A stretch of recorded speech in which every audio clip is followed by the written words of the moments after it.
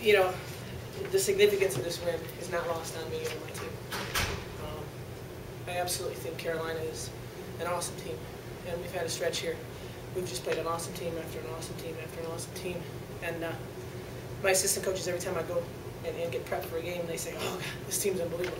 We've had 3 in a row here that are just, you know, great basketball teams, and we've had to adjust how we play and ask a ton from my kids. And I don't know how Morgan Stroman goes in the land of the Giants and gets a double-double, except that the kid just plays her tail off.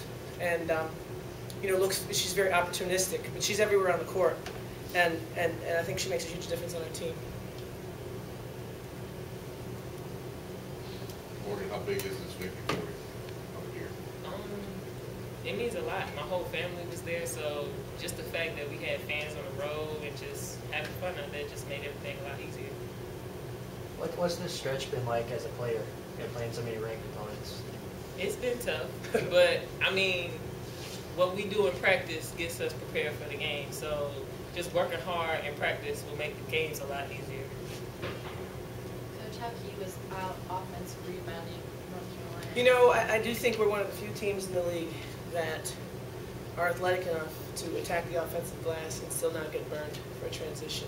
So honestly, that was something we saw and really tried and thought we had a little bit of an opportunity there. And I'm telling you, when you're preparing for number 12 and 10 and 11 like we in 3 like we did this week, you're looking for anything. And I thought that was something that we saw and really kind of got in the kids' heads about, like, give it a try. If it works, we'll keep doing it. If we get burned, you know. And so I thought that was big.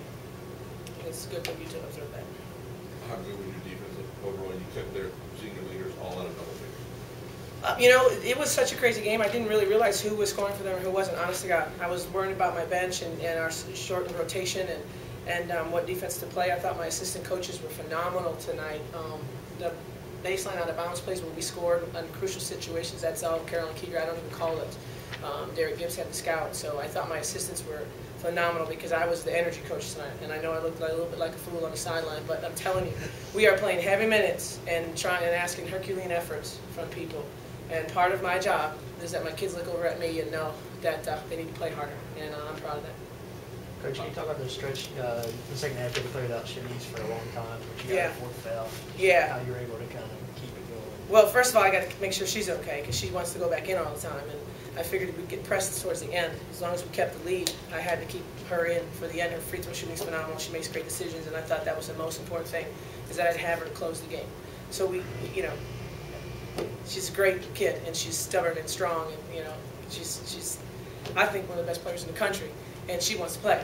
But you know, our team needed her to be available at the end, and it was, I think that put a lot on Baby. I mean, we called a timeout and specifically went back to Stroh, like, let's not forget about Stroh. You know, Bay doesn't have to take every shot now that Mo's on the bench. Like, let's go back to Stroh, and she responded.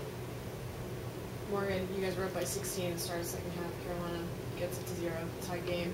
You guys go on a 10-0 run, basically put the game out of reach. How important was that stretch there for you guys? What kind of was the difference there? In a big game like this, it was really important. My whole thing was just thinking of composure. Let's just be more composed than the other team and take our time and get the shots that we want. And I guess it worked for the best. Yeah, we were flirting with that media timeout, and I was debating whether to call one or not. But I also have a team that thinks the game very high level. They understood the situation. I could have called a timeout and told them everything that they already knew. They were out there talking anyway. So we made it through to that media timeout. I thought that was crucial, but that's a credit to my kids because when we're in film, they're telling me things they see that I have missed sometimes. I have a very smart team. As far as the three-point shooting goes, I mean, that was the big difference. That had to surprise Carolina a little bit. Yeah. That was big for us. They swarmed the ball so heavy. They're so unbelievably hard to score in the paint against. You kind of have to get it in and kick it out and just, you know, say a nice prayer and hope it goes in because that's a big, you don't get easy buckets against Carolina. And I thought the assists from my team, 18 assists on 25 field goals, is really very, very impressive. And I thought that Stephanie Eaterstrom, her minutes, her assists, and her big, huge threes, their timely threes, was the difference in the game. And for her to play 38 minutes, that's a lot of minutes for her.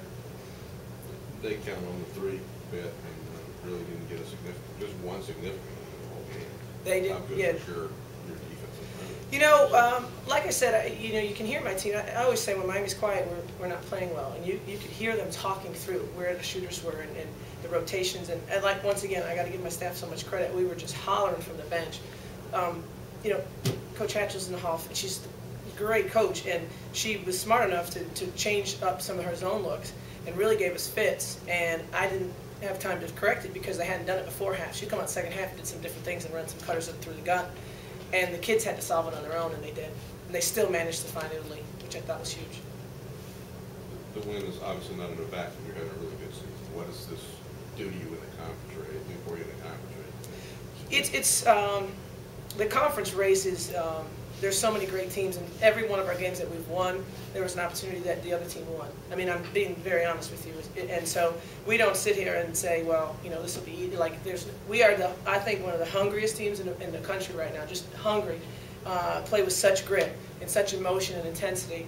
That's all I'm worried about. If we can continue to keep that formula, and then we'll just take what comes. But nothing's going to change about Miami, whether we won this game or lost this game. But it's our grit, that's our intensity, it's our passion, and I hope you see how much my players just love to play the game.